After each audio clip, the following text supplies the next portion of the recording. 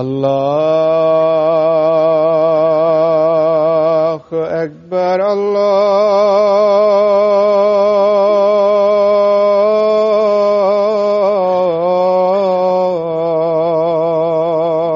أكبر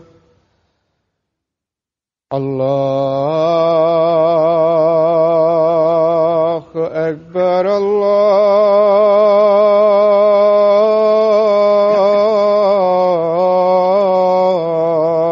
الله أكبر أشهد أن لا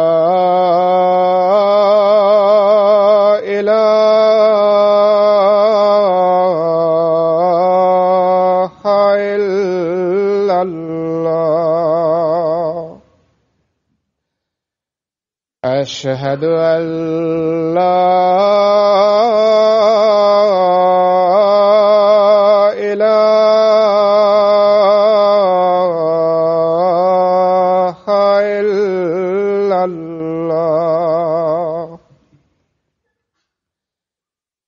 أشهد أن محمدًا رسول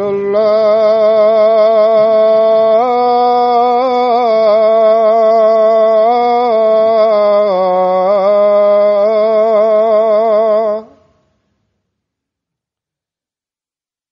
أشهد أن محمدًا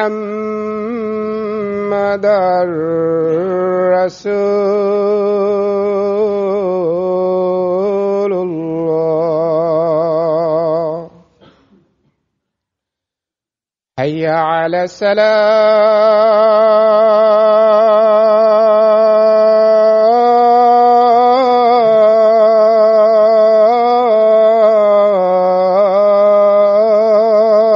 الصلاة حي على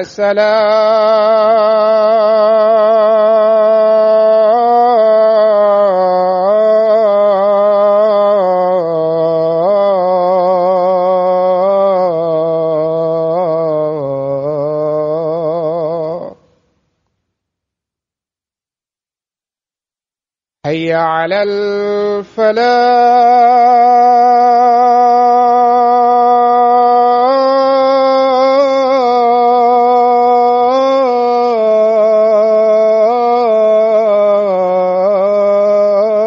الفلاح حي على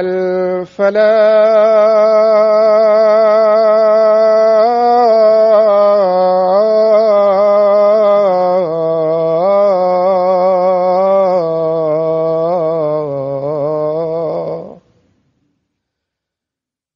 الله أكبر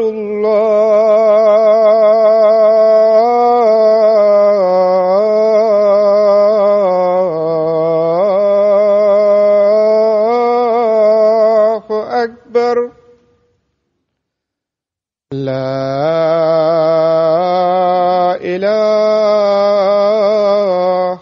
إلا الله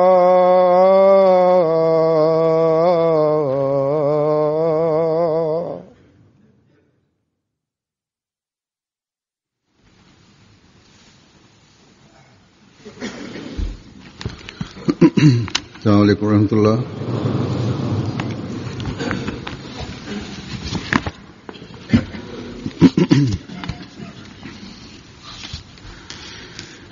أشهد أن لا إله إلا الله وحده لا شريك له وأشهد أن محمدًا عبده ورسوله أما بعد فأعوذ بالله من الشيطان الرجيم بسم الله الرحمن الرحيم الحمد لله رب العالمين الرحمن الرحيم مالك يوم الدين إياك نعبد وإياك نستعين اهدنا الصراط المستقيم صراط الذين أنعمت عليهم غير المغضوب عليهم ولا الضالين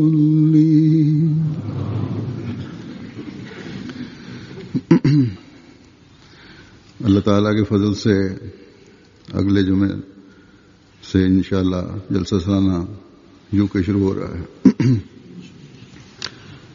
जलसा शुरू होने से बहुत पहले அல்லாஹ்வின் அருளால் இன்ஷா அல்லாஹ் அடுத்த ஜும்மாவிலிருந்து யூகேவின் ஆண்டு மாநாடு ஆண்டு மாநாடு தொடங்குவதற்கு வெகு நாட்களுக்கு முன்னதாகவே அதன் வேலைகள் ஆரம்பமாகிவிடுகின்றன.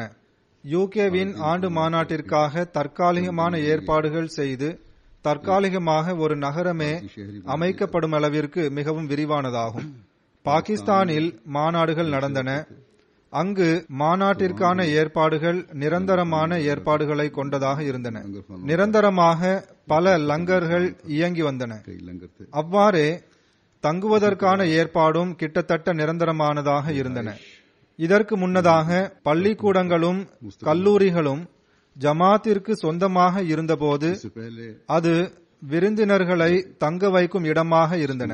ஆனால் அவற்றை அரசு எடுத்துக்கொண்ட பின் பிற தங்கும் இடங்கள் அமைக்கப்பட்டன.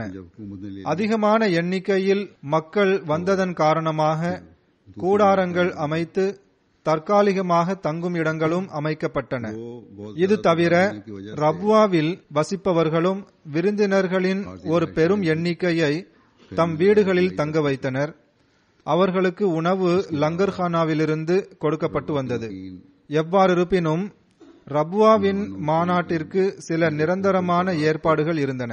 ஒரு நீண்ட கால அனுபவத்தால் ஒரு நிரந்தரமான அமைப்பு இருந்ததுடன் ரப்வாவின் மக்களும் இந்த ஏற்பாடுகளை செய்வதில் திறமைசாலிகளாக ஆகிவிட்டனர். அவர்களின் இந்த பொலிவு மற்றும் தர்பியத்தின் இந்த சுற்றுச்சூழல் மற்றும் தொண்டாற்றுவதற்கான உணர்வு ஆகியவை இவர்களின் வாழ்வில் மீண்டும் அங்கமாக ஆவதற்கு இறைவன் வழிவகை செய்வானாக. அவ்வாறே காதியானிலும் பல வகை ஏற்பாடுகள் இப்போது நிரந்தரமாகிவிட்டன. மாநாட்டு திடல் மட்டுமே அதிகமாக தற்காலிக ஏற்பாட்டின் அடிப்படையில் செய்ய வேண்டியதுள்ளது. லங்கர்கானாவிற்காக அஹ்மதி அல்லாத அல்லது முஸ்லிம் அல்லாத பிற கூலி ஆட்களை வரவழைக்க வேண்டியதுள்ளது. உணவு சமைப்பதற்கும் ரொட்டி சுடுவதற்கும் சமையல்காரர்களை வெளியிலிருந்து ஏற்பாடு செய்ய வேண்டியதுள்ளது.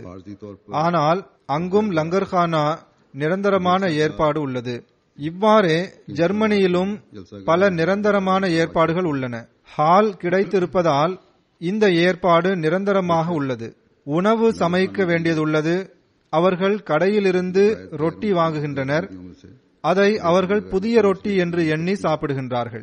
ஆனால் அது ஒரு வாரம் கடந்த பழைய ரொட்டி என்று நான் கருதுகிறேன். அவ்வாறு இல்லை என்றால் ஜெர்மன் மக்கள் தகவல் அனுப்புவதில் மிகவும் சுறுசுறுப்பானவர்களாவர். இன்று மாலைக்குள் இந்த ரொட்டிகள் புதியவையா அல்லது பழைய ரொட்டிகளா என்று தகவல் அனுப்பிவிடுவார்கள்.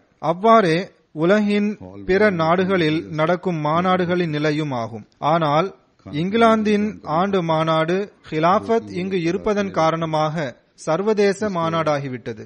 கடந்த மாநாடு வரை A to Z எல்லா ஏற்பாடுகளும் தற்காலிகமானதாக இருந்தன. முன்பு இஸ்லாமாபாத்தில் மாநாடுகள் நடந்தன. அங்கு உணவு சமைப்பதற்கு ஒரு நிரந்தரமான ஏற்பாடு இருந்தது. அவ்வாறே ஓரளவு ரொட்டியின் தேவையும் அங்கிருந்த ரொட்டி சுடும் இயந்திரத்தின் மூலம் நிறைவேறி வந்தது. ஆனால் மாநாடு ஹதீகத்துல் மஹதிக்கு மாற்றப்பட்ட பிறகு கடந்த 2-3 மாநாடுகளில் உணவு இங்கு அமைக்கப்பட்ட தற்காலிகமாக லங்கரில் சமைக்கப்பட்டு வந்தது. ஏனெனில் இஸ்லாமாபாத்திலிருந்து உணவு இங்கு கொண்டு வருவதில் சிரமம் ஏற்பட்ட அனுபவம் உண்டு.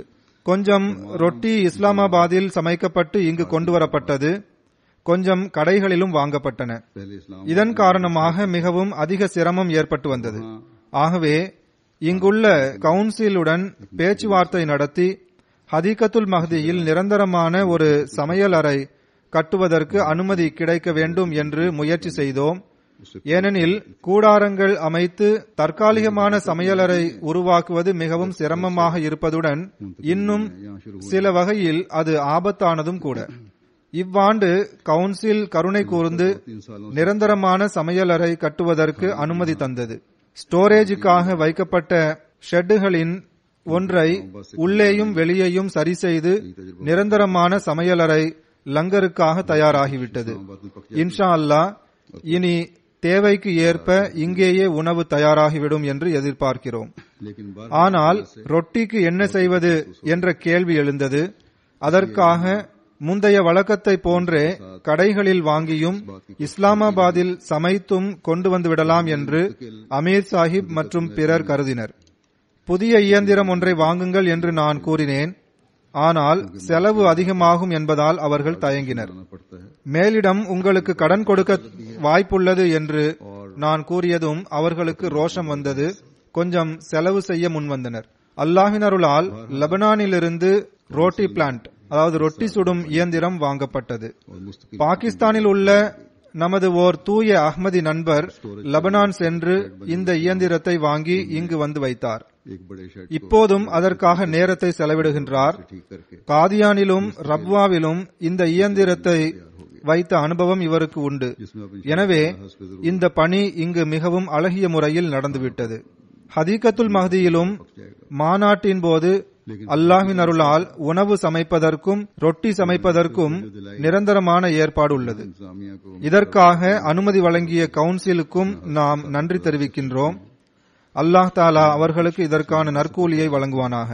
ஆனால் இருப்பினும் உலகில் நடக்கின்ற பிற நாடுகளின் மாநாட்டை இத்துடன் ஒப்பிடுகையில் ஏறக்குறைய 30,000 பேரை தங்க வைப்பதற்கான ஏற்பாடுகளில் பெரும்பாலும் இன்னும் தற்காலிகமானவையாகவே உள்ளன. குறிப்பாக மழை பெய்துவிட்டால் தங்கும் இடங்களும் வழிப்பாதைகளும் மோசமாகிவிடுகின்றன. வழிப்பாதைகளின் பிரச்சனை டிராக் விரித்து ஓரளவு சரி செய்து பட்டுவிட்டது. ஆனால் தங்குமிடங்களுக்காக கூடாரங்கள் அமைக்கப்படுகின்றன. சின்ன கூடாரங்களும் உள்ளன. உணவு பரிமாறும் இடம் என்று இன்னும் பல பிரச்சனைகள் உள்ளன. அவை இப்போதும் பிரச்சனைகளாகவே உள்ளன. இன்ஷா அல்லாஹ் ஒரு காலம் வரும், அப்போது இந்த பிரச்சனைகளும் தீர்ந்துவிடும். இந்த தற்காலிக நகரம் அஹ்மதியா ஜமாத்தின் ஒரு நிரந்தர நகரமாக ஆகிவிடும். இது வெகு தூரம் இல்லை. நான் கூறியது போன்று இந்த ஏற்பாடுகள் அனைத்தும் தற்காலிகமானவையாகும். தற்காலிகமாக ஒரு நகரத்தை அமைப்பது மிகப்பெரிய வேலையாகும்.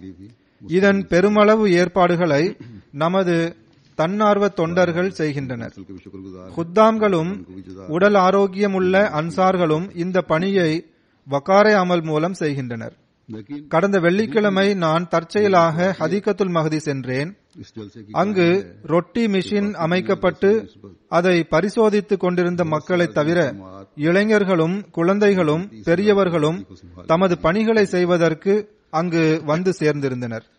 மாநாட்டின் ஏற்பாடுகளை 2-3 வாரங்களுக்கு முன்பே சிறந்த முறையில் நிறைவேற்ற முயற்சி செய்து கொண்டிருந்தனர். இங்கு இன்னொன்றையும் நான் சொல்லிவிட விரும்புகின்றேன்.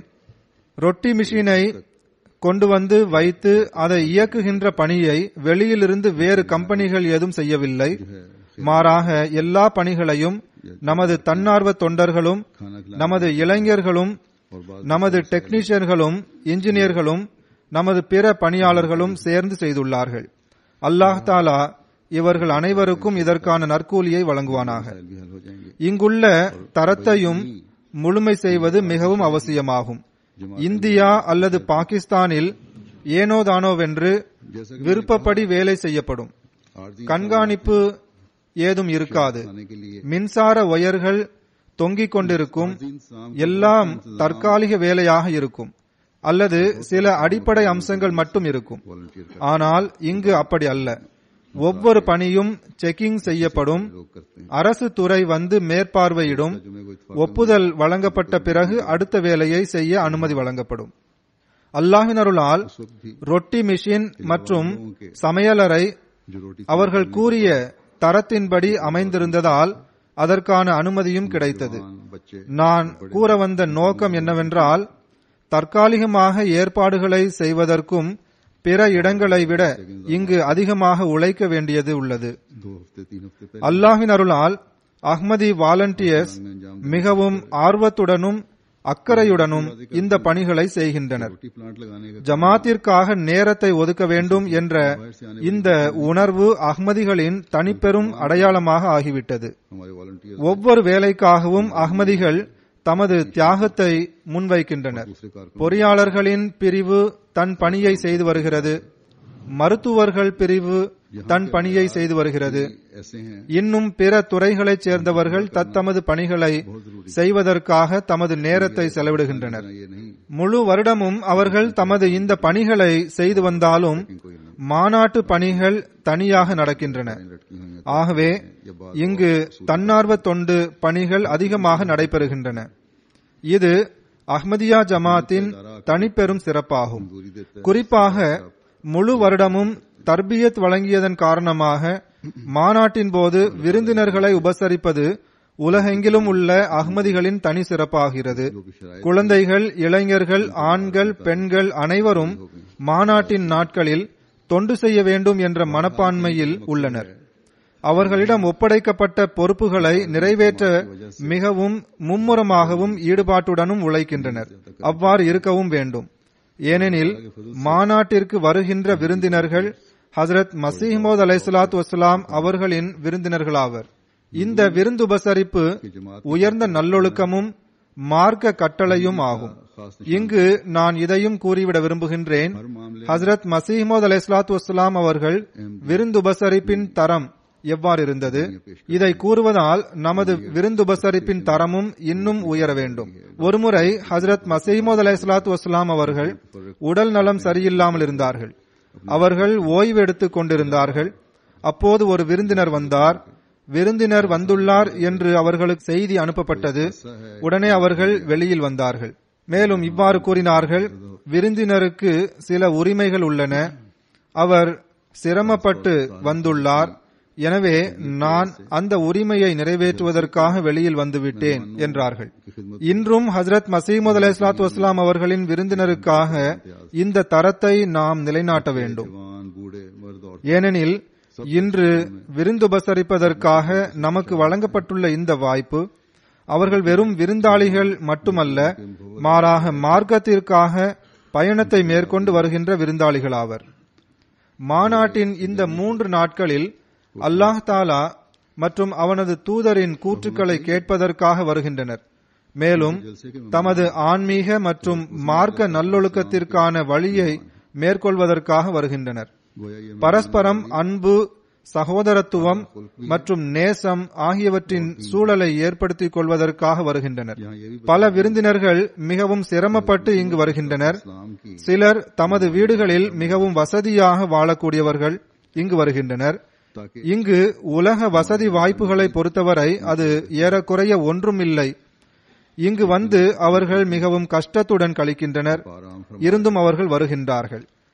சில ஏழை விருந்தாளிகளும் உள்ளனர். அவர்கள் தமக்கு சிரமத்தை ஏற்படுத்திக் கொண்டு இங்கு வருகின்றனர். மாநாட்டின் அருட்களை பெறுவதற்காக மட்டுமே அவர்கள் இங்கு வருகின்றனர். ஹசரத் மசீஹ் மவ்ஊத் அலைஹிஸ்ஸலாத்து வஸ்ஸலாம் அவர்களின் குரலுக்கு லெப்பைக் என்று கூறியவாறு காலத்தின் ஹலீஃபாவை சந்திப்பதற்காக மற்றும் அவருடைய கூற்றை கேட்பதற்காக இங்கு வருகின்றார்கள். MTA அஹ்மதிகளை அருகில் கொண்டு வந்துவிட்டது. மாநாட்டின் சூழலுக்கென்று தனி சிறப்புகள் உள்ளன. இன்றைய நாட்களில் விருந்தினருக்கு என்ன சிரமம் இருக்க முடியும் என்று எண்ணக்கூடாது. சிலர் வயது முதிர்ந்து मेहमान हैं। பல நோய்களுக்கு ஆளாகியிருந்தும் சிரமப்பட்டு பயணம் மேற்கொண்டு இங்கு வருகின்றார்கள். நான் ஏற்கனவே கூறியது போன்று சிலர் தம் வீடுகளில் जैसे कि 3 दिनों में வசதி வாய்ப்புடன் ताला और उसके இருக்கின்றார்கள். அதை விட்டுவிட்டு மார்க்கத்திற்காக பயணம் மேற்கொள்கின்றார்கள். अपनी रूहानी கூடாரங்களில் வந்து தங்குகின்றார்கள். ईद के सामान மிகவும் எளிய உணவை உண்டு பொறுத்துக் கொள்கின்றனர். ஆகவே இப்படிப்பட்ட விருந்தாளிகளுக்கு நம் மீது அதிக உரிமைகள் உள்ளன. அல்லாஹ்வின் அருளால் விருந்தாளிகளில் பெரும் எண்ணிக்கை மாநாட்டின் நோக்கத்திற்காக மட்டுமே வருகின்றனர். பயணச் செலவும் இப்போது அதிகமாகிவிட்டது. இருந்தும் அவர்கள் செலவு செய்கின்றனர். रात में अपने घरों में रहने वाले இவற்றை பொருட்படுத்துவதில்லை. ஆகவே இந்த விருந்தாளிகளை மதிப்பது நம் மீது கடமையாகும். दुनियावी இவர்கள் மிகவும் கண்ணியத்திற்குரிய விருந்தாளிகள் ஆவர். இவர்களின் நோக்கம் அல்லாஹ் மற்றும் அவனது தூதரின் விருப்பம் மட்டுமே ஆகும். விருந்தினர்கள் தொடர்பாக அறிவுரை கூறியவாறு ஹஜ்ரத் மசீமது அலைஹிஸ்ஸலாத்து வஸ்ஸலாம் அவர்கள் கூறுகின்றார்கள், பாருங்கள், விருந்தாளிகள் பலர் வந்துள்ளனர். அவர்களில் சிலரை நீங்கள் அடையாளம் தெரிந்திருக்கின்றீர்கள், சிலரை உங்களுக்கு தெரியாது. எனவே எல்லாரையும் மதிப்பிற்குரியவர்கள் என்று எண்ணி அவர்களை உபசரியுங்கள். நீங்கள் விருந்தாளிகளுக்கு வசதி செய்து கொடுக்கின்றீர்கள் என்று நான் உங்கள் மீது நல்லெண்ணம் கொள்கின்றேன். MTA ने எல்லா விருந்தினர்களுடனும் நல்ல முறையில் நடந்து கொள்ளுங்கள், நல்ல முறையில் தொண்டு செய்யுங்கள். ஆகவே ஹஜ்ரத் மசீமது அலைஹிஸ்ஸலாத்து வஸ்ஸலாம் அவர்களின் விருந்தினர்கள் மார்க்க நோக்கத்திற்காக வந்துள்ளனர். समझना चाहिए அவர்களது குறிக்கோள் அல்லாஹ் தாலாவின் விருப்பத்தை பெறுவதாகும். எனவே நாம் மிகவும் கவனத்துடன் ஹஜ்ரத் மசீமது அலைஹிஸ்ஸலாத்து வஸ்ஸலாம் அவர்களின் நல்லெண்ணத்தை பாதுகாத்துக் கொள்வதும் கவனத்தில் கொள்வதும் அவசியமாகும். अपने घर நமது உள்ளத்தில் எல்லா விருந்தினர்களையும் உபசரிக்க வேண்டும் என்ற உணர்வு இருக்க வேண்டும். मार्की में விருந்தினர்களுக்கு உரிமை இருக்கின்றது என்ற எண்ணம் எப்போதும் நமது உள்ளத்தில் இருக்க வேண்டும். டியூட்டி கொடுக்கின்ற ஒவ்வொருவரும் இந்த உரிமையை சரியாக செலுத்த வேண்டும் என்ற உணர்வு கொண்டவர்களாக இருக்க வேண்டும். जलसे இதனால் ஹஜ்ரத் மசீமது அலைஹிஸ்ஸலாத்து வஸ்ஸலாம் அவர்கள் கொண்ட நல்ல எண்ணத்தின்படி பொருத்தமானவர்களாக நாம் இருக்க வேண்டும். இறைவனின் மசீஹே, இறை தூதர் ஸல்லல்லாஹு அலைஹி வஸல்லம் அவர்களின் உண்மை நேசரே, உமது ஒவ்வொரு அறிவுரையின்படி நாங்கள் இன்றும் செயல்படுபவர்களாக இருக்கின்றோம் என்று கூறுபவர்களாக நாம் இருக்க வேண்டும். ஓர் அஹ்மதியிடம் இதுவே எதிர்பார்க்கப்படுகின்றது.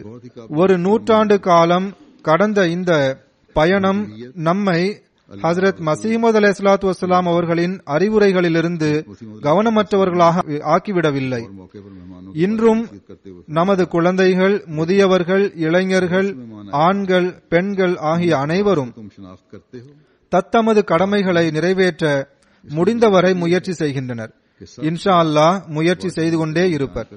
ஹஜ்ரத் மசீமது அலைஹிஸ்ஸலாத்து வஸ்ஸலாம் அவர்களின் இந்த வேதனை மற்றும் கவலை எப்போதும் கவனத்தில் கொள்வது அவசியமாகும். இதை கவனத்தில் கொண்டவாறு முயற்சி செய்து கொண்டே இருப்போம்.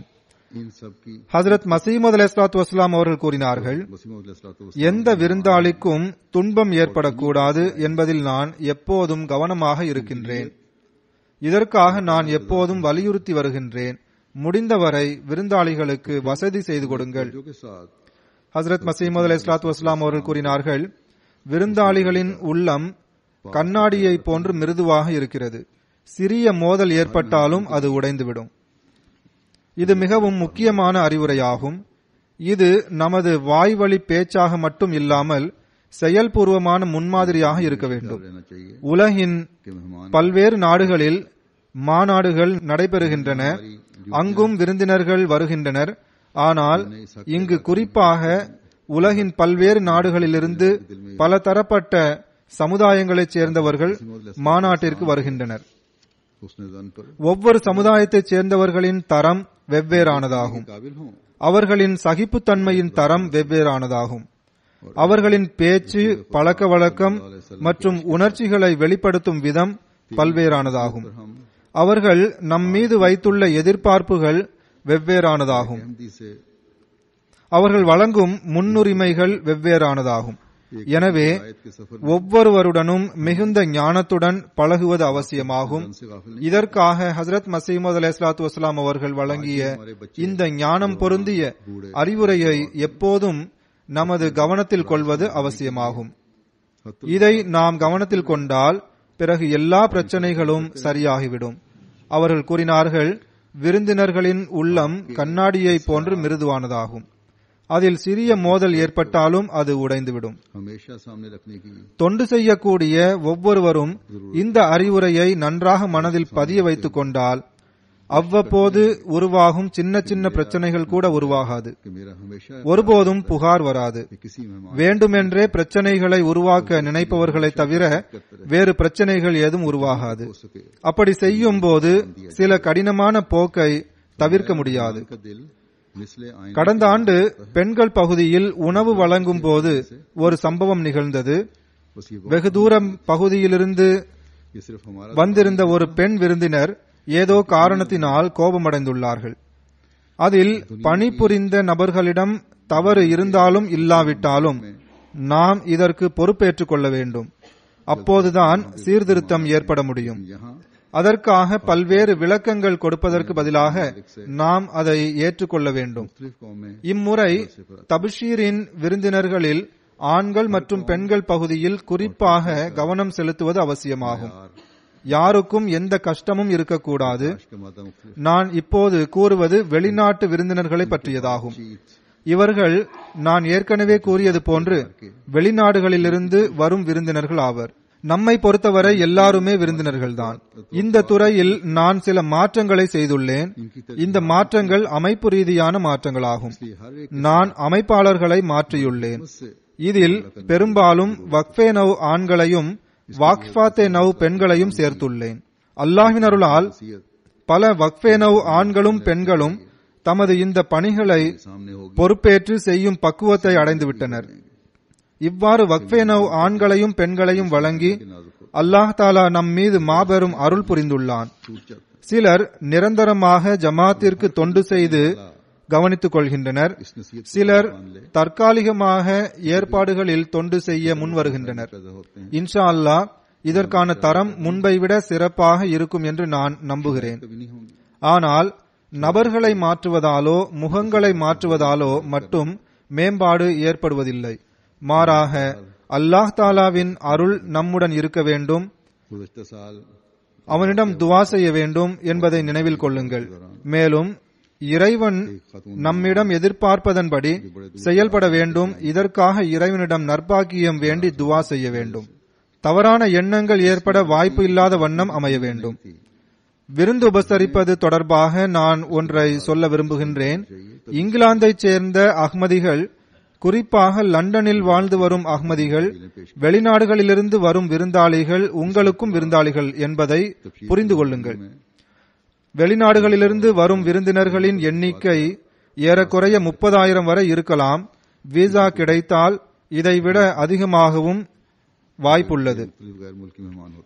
எனவே இங்குள்ள அஹ்மதிகளுக்கு ஒரு குறிப்பிட்ட டியூட்டி இருந்தாலும் இல்லாவிட்டாலும் வெளிநாடுகளிலிருந்து வருபவர்கள் உங்களுடைய விருந்தாளிகள் ஆவர் என்பதை தெரிந்து கொள்ளுங்கள். இங்கிலாந்தில் வாழும் அஹ்மதிகளின் டியூட்டி இல்லாதவர்களும் மாநாட்டிற்கு வந்தால் அவர்களும் விருந்தாளிகள்தான். இங்குள்ள அஹ்மதிகளுடன் வெளிநாட்டிலிருந்து வருகின்ற விருந்தினர்கள் யாராவது தொடர்பு கொண்டால் இங்கிலாந்தில் வாழும் ஒவ்வொரு அஹ்மதியும் விருந்துபசரிப்பவர் ஆவார் என்பதை நினைவில் கொள்ளுங்கள். வெளிநாட்டிலிருந்து வருபவர் விருந்தாளி ஆவார். அல்லது இவ்வாறு புரிந்து கொள்ளுங்கள், அதாவது இங்கிலாந்திலிருந்து வருகை தந்துள்ள விருந்தினர்கள் மற்றும் வெளிநாடுகளிலிருந்து வந்துள்ள விருந்தினர்கள் ஆகியவர்களுக்குள் ஏதாவது குறிப்பிட்ட சூழ்நிலையில் யாருக்கு முன்னுரிமை வழங்க வேண்டும் என்ற கேள்வி எழுந்தால் எல்லா நிலையிலும் வெளிநாட்டு விருந்தினர்களுக்குத்தான் முன்னுரிமை வழங்கப்பட வேண்டும். இங்கிலாந்தைச் சேர்ந்த விருந்தினர்கள் அவர்களுக்காக தியாகம் செய்ய வேண்டும். ஆகவே சில சூழ்நிலைகளில் நீங்கள் விருந்தாளிகளாக இருந்த போதிலும் விருந்துபசரிப்பவர்களாவீர்கள். இது டியூட்டி கொடுப்பவர்களுடைய பணி மட்டுமல்ல, மாறாக இந்த சிந்தனையை இன்னும் விரிவுபடுத்த வேண்டும். விரிவுபடுத்தியவாறு நீங்கள் தியாகம் செய்பவர்களாக ஆக வேண்டும். இது நடந்தால் மிக அழகிய சமூகமாக இது நமக்கு தென்படும். நாம் சில ஹதீஸ்களை பார்க்கும்போது விருந்தாளியாக இருப்பதை விட நாம் விருந்து உபசரிப்பவராகவே இருந்துவிடலாம் என்ற எண்ணம் தோன்றுகிறது. रहने वाले अहम ஒரு ஹதீஸின் அடிப்படையில் விருந்து உபசரிப்பதும் மூமின் ஆவதற்கு ஒரு அடையாளமாகும் என்று அமைகிறது. यूके से आने वाले ஒரு ஹதீஸில் இவ்வாறு வருகின்றது, ஹஜ்ரத் ரசூலுல்லாஹி ஸல்லல்லாஹு அலைஹி வஸல்லம் அவர்கள் கூறினார்கள், அல்லாஹ் மற்றும் இறுதி நாளில் நம்பிக்கை கொள்பவர் விருந்தாளியை से भी ज्यादा हो மதிக்கவும் கண்ணியப்படுத்தவும் வேண்டும். இதை வேறு விதமாக கூறுவதென்றால், விருந்தாளியை கண்ணியப்படுத்தாதவர் அல்லாஹ் மற்றும் இறுதி நாளில் நம்பிக்கை கொள்வதில் பலவீனமானவர் ஆவார். எனவே ஹஜ்ரத் மஸீஹ் அலைஹிஸ்ஸலாத்து வஸ்ஸலாம் அவர்கள் நமக்கு மீண்டும் மீண்டும் விருந்துபசரிப்பது பற்றி கவனமூட்டியுள்ளார்கள் என்றால், தமது எஜமானர் ஹஜ்ரத் முஹம்மது ரசூலுல்லாஹ் ஸல்லல்லாஹு அலைஹி வஸல்லம் அவர்களின் கட்டளையின் காரணமாகவே ஆகும். திருக்குரானின் கட்டளையின் காரணமாகவே கவனமூட்டியுள்ளார்கள். நாம் நமது ஈமானில் உறுதிப்பாட்டை ஏற்படுத்த வேண்டும் என்பதற்காக அவ்வாறு செய்துள்ளார்கள். பிறகு இன்னொரு ஹதீஸில் ஹஜ்ரத் ரசூலுல்லாஹி ஸல்லல்லாஹு அலைஹி வஸல்லம் அவர்கள் தமது சகோதரருடன் சிரித்த முகத்துடன் பழகுவதை சிறந்த நன்மை என்று கூறியுள்ளார்கள். அதாவது மாநாட்டின் இந்த 3 நாட்களில் பல்வேறு நன்மைகள் செய்யப்படுகின்றன. இது தவிர சிரித்த முகத்துடன் ஒருவர் மற்றவருடன் பழகுவதும் ஒரு நன்மையாகும். இதையும் செய்ய வேண்டும். இதற்கு பல்வேறு சந்தர்ப்பங்கள் கிடைத்துக் கொண்டிருக்கின்றன. விருந்து உபசரிப்பவர்களுக்கும் இந்த வாய்ப்பு கிடைக்கின்றது. அவ்வாறே விருந்தினர்களுக்கும் இதற்கான வாய்ப்பு கிடைக்கின்றது. குறிப்பாக டியூட்டி கொடுக்கும் பணியாளர்களுக்கு நான் கூறுகின்றேன், நீங்கள் ஒருவருக்கொருவர் பழகும்போது, பேசும்போது, களைப்படைந்து இருக்கும்போது சில நேரம் சிடுசிடுவென்று நடந்து கொள்வர். அப்போதும் முக மலர்ச்சியுடன் நடந்து கொள்ள வேண்டும். மேலதிகாரிகளும் தமக்கு கீழ் பணிபுரியும் நபர்களுடன் சிரித்த முகத்துடன் நடந்து கொள்ள வேண்டும். இதற்கு முன்னர் சில சமயங்களில் இவ்வாறு நடந்துள்ளது. அதாவது சில இடங்கள் அல்லது சில உணவுப் பொருட்கள் சில குறிப்பிட்ட நபர்களுக்கு ஒதுக்கப்பட்டுள்ளன. அலுவலகங்களில் குளிர்சாதன பெட்டி வைக்கப்பட்டிருக்கின்றது. மேலதிகாரிகளுக்காக வைக்கப்பட்டது. அதிலிருந்து உதவியாளர் தண்ணீர் எடுத்து குடித்தால் அதற்காக கோபப்படுகின்றார்கள். இவ்வாறு நமக்கிடையே இருக்கக்கூடாது. எவ்வாறு இருப்பினும் நான் குறிப்பிட்டது போன்று டியூட்டி கொடுக்கும் போது இவ்வாறு சில விரும்பத்தகாத செயல்கள் நடைபெறுகின்றன. பெரியவன் சிறியவன் என்ற சிந்தனை எழுகிறது. ஆனால் நாம் எப்போதும் நல்லொழுக்கத்தை கவனத்தில் கொள்ள வேண்டும் என்பதை நினைவில் வைத்துக் கொள்ளுங்கள். விருந்தினர்களுடன் நல்லொழுக்கத்துடன் தான் நடந்து கொள்வார்கள். அதே போன்று தமக்கிடையிலும் நல்லுணர்வுடன் நல்லொழுக்கத்துடன் நடந்து கொண்டால் வந்திருக்கும் விருந்தினர்கள் மீதும் இந்த சூழ்நிலை சிறந்த தாக்கத்தை ஏற்படுத்தும். இதனால் சூழல் இன்னும் சிறப்பு வாய்ந்ததாக இருக்கும். அஹ்மதி அல்லாத பிற விருந்தினர்களிடமும் நல்ல விளைவை ஏற்படுத்தும். இவ்வாறு நாம் நல்லொழுக்கத்தை வெளிப்படுத்தி நாமும் நமது நன்மைகளில் அதிகரித்தவர்களாக இருப்போம். அல்லாஹ் தாலாவின் விருப்பத்தை பெறுபவர்களாக இருப்போம். டியூட்டி கொடுக்கக்கூடிய ஒவ்வொருவரும் இதை நினைவில் வைத்துக் கொள்ள வேண்டும். அதாவது விருந்துபசரிப்பது என்பது நாம் விருந்தினர்கள் மீது காட்டும் கருணை அல்ல, மாறாக இது விருந்தினர்களின் உரிமையாகும் என்று ஹஜ்ரத் மஸீஹ் அலைஹிஸ்ஸலாத்து வஸ்ஸலாம் அவர்கள் கூறியுள்ளார்கள். இதை நான் முன்னதாக எடுத்து கூறியுள்ளேன். ஹஜ்ரத் நபிகள் நாயகம் ஸல்லல்லாஹு அலைஹி வஸல்லம் அவர்களும் இவ்வாறு கூறியுள்ளார்கள். அல்லாஹ் தஆலா உரிமைகளை நிறைவேற்றுவது தொடர்பாக என்ன கூறுகின்றான்? ஓரிடத்தில் கூறுகின்றான், வ ஆதிஸில் குர்பா ஹக்கஹு வல் மிஸ்கீன வப்னஸ் சபீல் வலா துபஸ்ஸிர் தப்ஸீரா. நெருங்கிய உறவினர், ஏழை, பயணிகள் ஆகியவருக்குரியதை கொடுத்து விடுக, எவ்வகையிலும் வீண் விரயம் செய்யாதீர். இங்கு 3 வகையான மக்களின் உரிமைகள் தொடர்பாக கூறப்பட்டுள்ளது. ஆனால் இன்றைய கருத்துடன் தொடர்புடைய அம்சத்தை எடுத்து கூறுகின்றேன். அதாவது பயணிகளின் உரிமைகளின் பக்கம் கவனமூட்டுகின்றேன். பயணிகளும் பல வகை உண்டு. ஆனால் இறைவனுக்காகவும் இறைவன் கூறியதனாலும் பயணம் செய்பவர்கள் எல்லாரையும் விட அதிகமாக நற்பேறு பெற்ற பயணிகளாவர். ஒரு ஹதீஸில் வருகின்றது, அதாவது அல்லாஹ் தாலா மற்றும் அவனது தூதர்களை பற்றி பேசப்படுகின்ற கூட்டத்தில் உட்கார்ந்திருப்பவர்கள் மீது வானவர்கள் சாந்தியை வழங்கிக் கொண்டிருப்பர். நமது மாநாடுகளும் அல்லாஹ் தாலாவின் அருளால் இப்படிப்பட்ட கூட்டங்களே ஆகும். இந்த கூட்டங்களில் கலந்து கொள்வதற்காக பயணம் செய்து வருபவர்களின் தகுதி மிகவும் உயர்வானதாகும். ஏனென்றால் அவர்கள் இந்த நோக்கத்திற்காக வருகின்றனர். வானவர்கள் அவர்களுக்காக துவா செய்கின்றனர். இப்படிப்பட்ட விருந்தினர்களுக்கு தொண்டு செய்வது மற்றும் விருந்துபசரிப்பதற்கான உரிமையை நிலைநாட்டுபவர்கள் மிகவும் நற்பாக்கியம் பெற்றவர்கள் ஆவர். இறைவன் நிர்ணயம் செய்த அந்த உரிமையை நிறைவேற்றுபவர் நிச்சயமாக இறைவனின் விருப்பத்தை பெறுபவராவார். இறைவனின் விருப்பத்தை ஒருவர் பெற்றுவிட்டால் அவரை விட பேறு பெற்றவர் வேறு யார் இருக்க முடியும்? ஆகவே சற்று சிந்தித்து பார்த்தால் இந்த மாநாட்டின் சூழ்நிலையானது மிகவும் வியக்கத்தக்கதாக உள்ளது. அதாவது ஒரு நன்மைக்கு பிறகு இன்னொரு நன்மைக்கான வாசல் எல்லாருக்காகவும் திறந்து கொண்டே செல்கிறது. நான் தொடக்கத்தில் கூறியது போன்று தொண்டு செய்யும் மனப்பான்மையுடைய உணர்வை தொண்டு செய்யும் ஒவ்வொரு நபரும் புரிந்து கொள்வது அவசியமாகும். அதை கருத்தில் கொண்டு செயல்படுவது அவசியமாகும். இந்த உணர்வுடன் செயல்படுகின்றனர் என்றாலும் இதில் இன்னும் அதிக வளர்ச்சி பெறுவது அவசியமாகும். ஜமாத்தின் சார்பாக கேட்டுக்கொள்ளப்பட்டது என்பதற்காக, ஏதோ உதவி செய்வதற்காக கூப்பிட்டார்கள் என்பதற்காக, அல்லது குத்தாமுல் அஹ்மதியாவின் சதர் வக்காரை அமல் செய்ய வேண்டும் வாருங்கள் என்று கூப்பிட்டார் என்பதற்காக, அல்லது லஜ்னாவின் தலைவி அழைத்தார்கள் என்பதற்காக, கூட்டத்தோடு கூட்டமாக சேர்ந்துள்ளேன் என்பதற்காக டியூட்டி கொடுப்பவர்கள் பணியாற்றக்கூடாது. மாறாக இறைவனின் விருப்பத்தை பெறுவதே நீங்கள் பணிபுரிவதன் நோக்கமாக இருக்க வேண்டும். ஹஜ்ரத் ரசூலுல்லாஹி ஸல்லல்லாஹு அலைஹி வஸல்லம் அவர்களின் சஹாபாக்கள் அல்லாஹ் தாலாவின் விருப்பத்தை பெறுவதற்காக எவ்வாறு விருந்துபசரித்தார்கள், இவ்வாறு அதற்கான உரிமையை செலுத்தியுள்ளார்கள். இதற்கான ஒரு உதாரணத்தை நான் எடுத்து கூறுகின்றேன். இந்த அறிவிப்பை நாம் எத்தனை முறை கேட்டாலும் படித்தாலும் அது ஒரு புதிய இன்பத்தை வழங்குகின்றது. அதில் புதிய படிப்பினைகள் இருக்கின்றன. ஹஜ்ரத் அபூ ஹுரைரா ரலியல்லாஹு அன்ஹு அவர்கள் அறிவிக்கின்றார்கள், ஒரு பயணி ஹஜ்ரத் ரசூலுல்லாஹி ஸல்லல்லாஹு அலைஹி வஸல்லம் அவர்களிடம் வந்தார். நபி ஸல்லல்லாஹு அலைஹி வஸல்லம் அவர்கள் தம் வீட்டிற்கு ஆள் அனுப்பி விருந்தாளிக்காக வீட்டிலிருந்து உணவு கொடுத்து விடுமாறு கூறினார்கள். தண்ணீரை தவிர இன்று வீட்டில் ஏதும் இல்லை என்று அங்கிருந்து பதில் வந்தது. இதன் பிறகு ஹஜ்ரத் நபிகள் நாயகம் ஸல்லல்லாஹு அலைஹி வஸல்லம் அவர்கள் இந்த விருந்தினருக்கு உணவிற்கான ஏற்பாடு யார் செய்வார் என்று கேட்டார்கள். ஒரு அன்சாரி நான் ஏற்பாடு செய்கிறேன் என்றார். அதன்படி அவர் தன் வீட்டிற்கு சென்றார். தன் மனைவியிடம் ஹஜ்ரத் ரசூலுல்லாஹி ஸல்லல்லாஹு அலைஹி வஸல்லம் அவர்களின் விருந்தினருக்காக உபசரிப்பிற்கான ஏற்பாடு செய் என்றார்.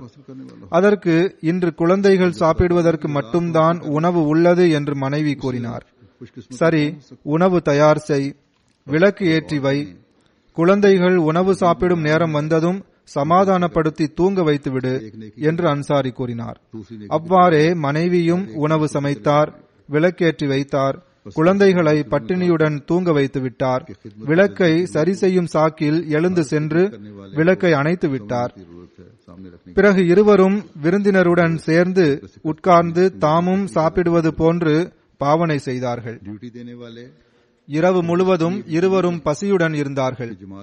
மறுநாள் காலையில் அந்த அன்சாரி ஹஜ்ரத் ரசூலுல்லாஹி ஸல்லல்லாஹு அலைஹி வஸல்லம் அவர்களின் சமூகத்தில் வந்தார்.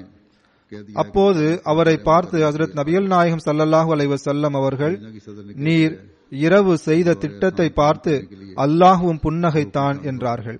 அல்லது நீங்கள் இருவரும் செய்த அந்த செயலை இறைவன் விரும்பினான் என்று கூறினார்கள். அப்போது இந்த வசனம் இறங்கியது. வயூசிரூன அலா அன்ஃபுஸிஹிம் வலவ் கான பிஹிம் ஹிஸாஸா வமன் யூக ஷுஹ நஃப்ஸிஹி ஃபஉலாயிக ஹுமுல் முஃப்லிஹூன். தாங்கள் வறுமையில் இருந்தும் தங்களை விட மற்றவர்களுக்கு இவர்கள் முன்னுரிமை கொடுக்கின்றனர். தங்கள் உள்ளத்தின் பேராசையிலிருந்து விடுவிக்கப்பட்டவர்களே வெற்றி பெற்றவர்களாவர். பாருங்கள், இது எவ்வளவு பெரிய தியாகம். குழந்தைகளை பசியுடன் தூங்க வைத்துவிட்டு விருந்தினருக்கு உணவு வழங்கிவிட்டனர். இன்று அல்லாஹ் தாலாவின் அருளால் இப்படிப்பட்ட நிலை மிக குறைவானவர்களுக்குத்தான் உள்ளது. जवाब आया குறிப்பாக कि आज घर में ஜமாத்தின் விருந்தினர்களுக்கு அல்லாஹ்வின் அருளால் இந்த நிலை ஒருவருக்கு கூட இல்லை. सहाबा से फरमाया இந்த முழு குடும்பமும் के खाने का விருந்து உபசரிப்பதற்காக தியாகம் செய்தது. அந்த விருந்தினரும் काम करता हूँ ஜமாத்தின் விருந்தினரே ஆவார். और अपनी बीवी அவர் மார்க்க நோக்கத்திற்காக வந்த விருந்தினர் ஆவார். के मेहमान की அவர் ஹஜ்ரத் ரசூலுல்லாஹி ஸல்லல்லாஹு அலைஹி வஸல்லம் அவர்களை சந்திக்க வந்த விருந்தாளி ஆவார். ஹஜ்ரத் நபி பெருமானார் ஸல்லல்லாஹு அலைஹி வஸல்லம் அவர்களுடைய விருந்தாளியாக இருந்தார். चिराग जलाओ இப்படிப்பட்ட முன்னுதாரணத்தை நிலைநாட்டி நமக்கு விருந்துபசரிப்பதற்கான பாடத்தை வழங்கியுள்ளார்கள். ரசூலுல்லாஹி ஸல்லல்லாஹு அலைஹி வஸல்லம் அவர்களின் விருந்தாளியாக வந்தவருக்கு என்று ஒரு चिराग दुरुस्त करने के बहाने உயர் தகுதி இருந்தது. இன்று நபி ஸல்லல்லாஹு அலைஹி வஸல்லம் அவர்களின் உண்மை நேசருடைய விருந்தாளிகளுக்கும் இறைவன் மிகவும் முக்கியத்துவம் வழங்கியுள்ளான். ஆகவே வேலை செய்கின்ற ஒவ்வொருவரும் இந்த முக்கியத்துவத்தை கருத்தில் கொண்டு செயல்பட வேண்டும். பாருங்கள், வெளிப்படையாக பார்த்தால் இவ்வாறு செய்வது அநியாயமாக தெரியும். या फरमाया குழந்தைகளை வலுக்கட்டாயமாக பட்டினி போட்டுள்ளார்கள். ஆனால் தியாகம் மற்றும் சேவையின் ஒரு உயர்ந்த முன்மாதிரி நிலைநாட்டப்பட்டுள்ளது. अला अनफुसिहिम இதில் முழு குடும்பமும் சேர்ந்துள்ளது. वयू का शोहर மகிழ்ச்சியுடனும் வேறு வழியின்றியும் இந்த தியாகத்தில் பங்கு பெற்றுள்ளார்கள். मोमिन நிச்சயமாக அந்த குழந்தைகளுக்கும் இறைவன் மிக அதிகமாக होते हैं அருளை வழங்கியிருப்பான். இவ்வசனத்தின் கருத்தில் இது காணப்படுகின்றது. அல்லாஹ் தாலா அப்படிப்பட்ட மக்களை முஃப்லிஹூன், அதாவது வெற்றியாளர்கள் என்று கூறுகின்றான். வெற்றியாளர்கள் என்பதன் பொருளை நாம் பார்க்கும்போது இதன் விரிவான அர்த்தத்தை நாம் புரிந்து கொள்ள முடிகின்றது. வெற்றியாளர்கள் எனப்படுபவர்கள் ऐसी सूरत வளர்ச்சி பெற்று கனி தரக்கூடியவர்கள் ஆவார்கள், வெற்றி பெறக்கூடியவர்கள் ஆவார்கள். जिनकी खातिर அவர்கள் தமது நல்ல உயர்ந்த விருப்பங்களை பெறக்கூடியவர்கள் ஆவர். இதன் காரணமாக மகிழ்ச்சியை பெறக்கூடியவர்களும் நன்மையை பெறக்கூடியவர்களும் ஆவர். थे आपके मेहमान थे நிரந்தரமாக இந்த நன்மைகள் மற்றும் வெற்றியின் நிலையில் வாழக்கூடியவர்கள் ஆவர். मेहमान नवाजी வாழ்வின் நிம்மதியையும் திருப்தியையும் பெறக்கூடியவர்களாவர். वो मेहमान இவர்களே பாதுகாப்பின் கீழ் வரக்கூடியவர்களாவர்.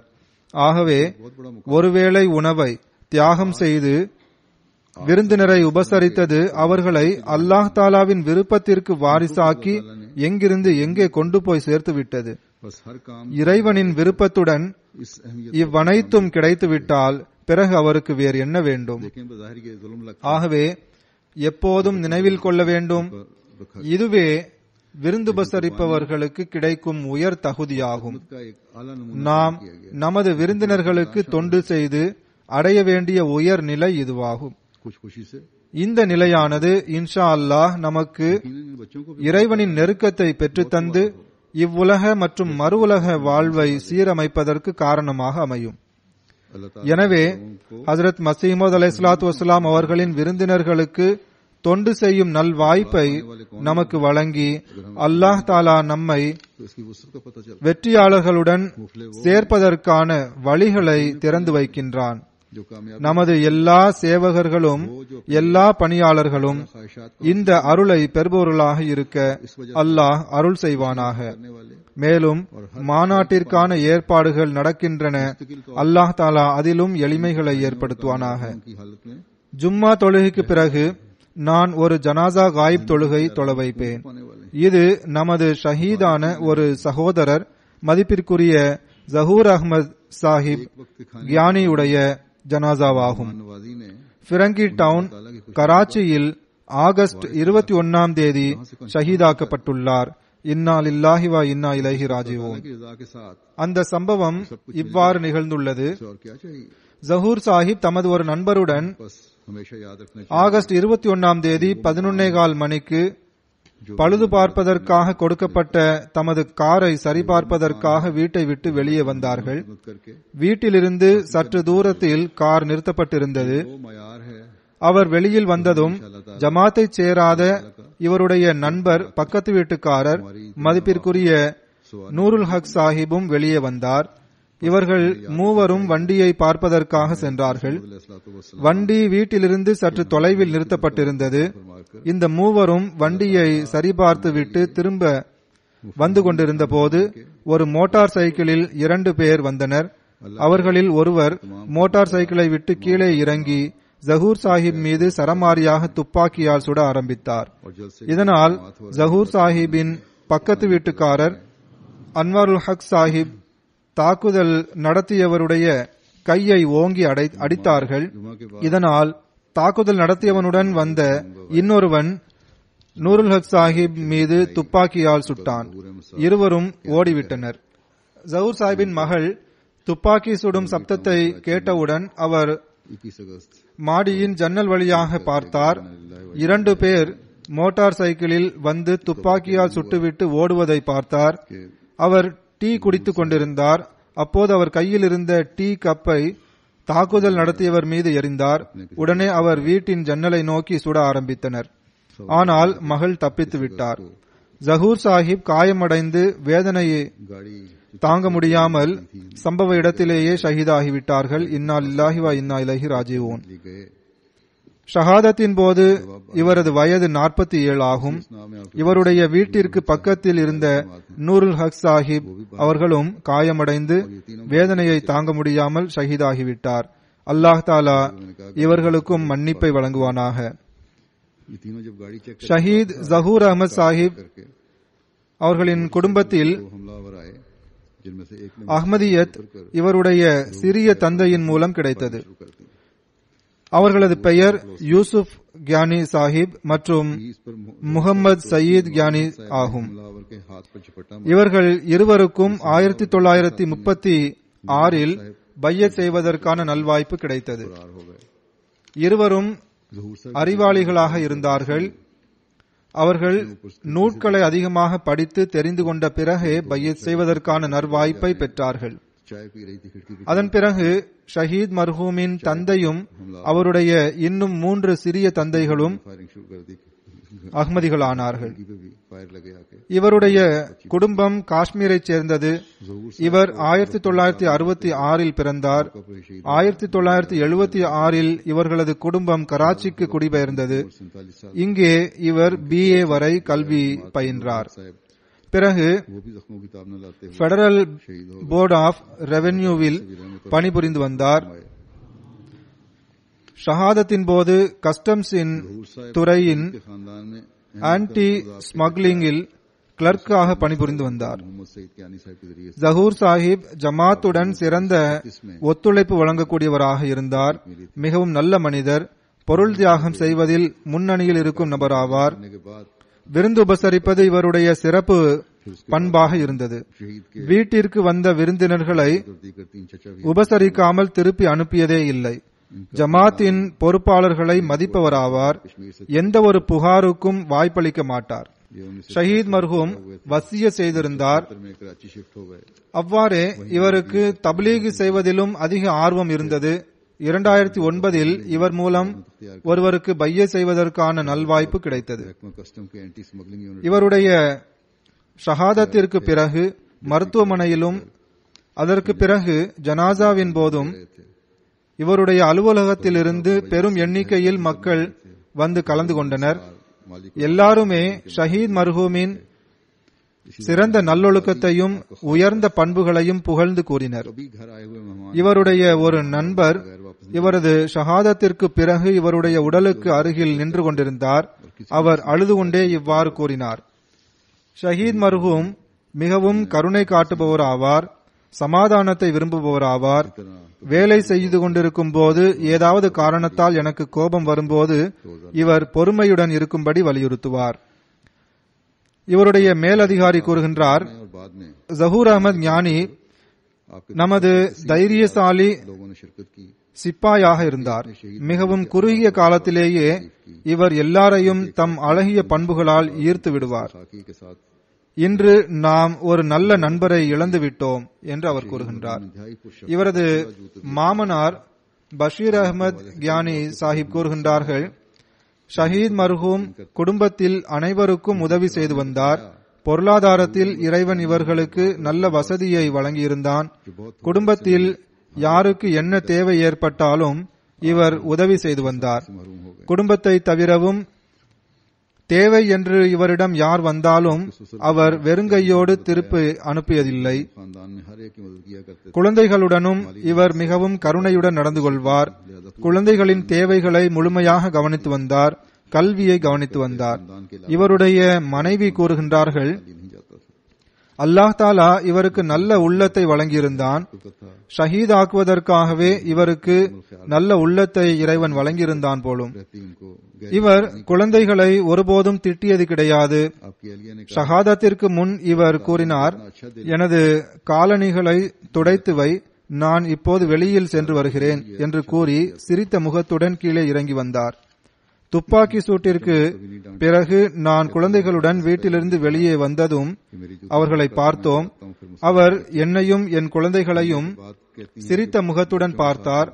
காயமடைந்த நிலையில் அவர் பார்த்தது விடை பெறுவதற்காக உயிரை இறைவனிடம் ஒப்படைத்தார். குழந்தைகளை ஒருபோதும் அதட்டியதில்லை. ஆனால் எம்டிஏவில் என்னுடைய குத்பா வரும்போது குழந்தைகள் கண்டிப்பாக அதை பார்க்க வேண்டும் என்று கூறுவார். இதற்காக கோபப்படுவார். குத்பாவை ஏன் கேட்கவில்லை என்று கேட்பார். பெண் பிள்ளைகளுடன் மிகவும் குறிப்பான அன்பு மற்றும் கருணை காட்டி வந்தார். இவரை இழந்து தவிப்பவர்களுள் இவருடைய மனைவி தாஹிரா ஜஹூர் ஞானி சாஹிபா மற்றும் 3 மகன்களும் 4 மகள்களும் உள்ளனர். இம்ரான் ஞானி 20 வயது, காம்ரான் ஞானி 14 வயது, 20 साल की उम्र है। कामरान சர்ஃபராஸ் 3 வயது.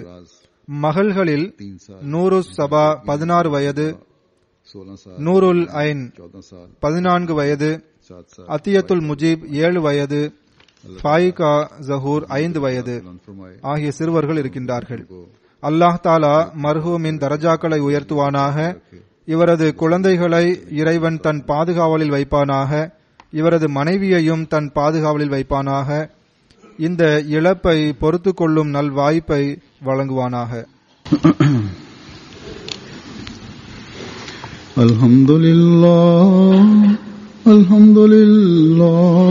நஹ்மதுஹு வ நஸ்தஈனுஹு வ நஸ்தக்ஃபிருஹு ونؤمن به ونتوكل عليه ونعوذ بالله من شرور أنفسنا ومن سيئات أعمالنا من يهده الله فلا مضل له ومن يضلل فلا هادي له ونشهد أن لا إله إلا الله ونشهد أن محمدا عبده ورسوله عباد الله رحمكم الله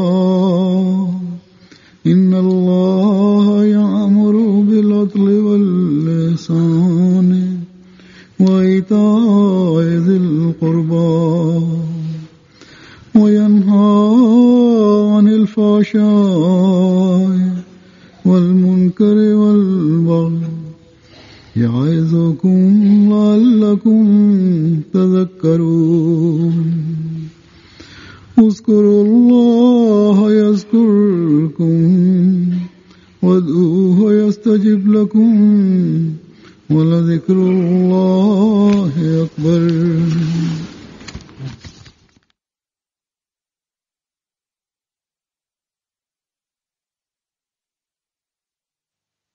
اللهم صل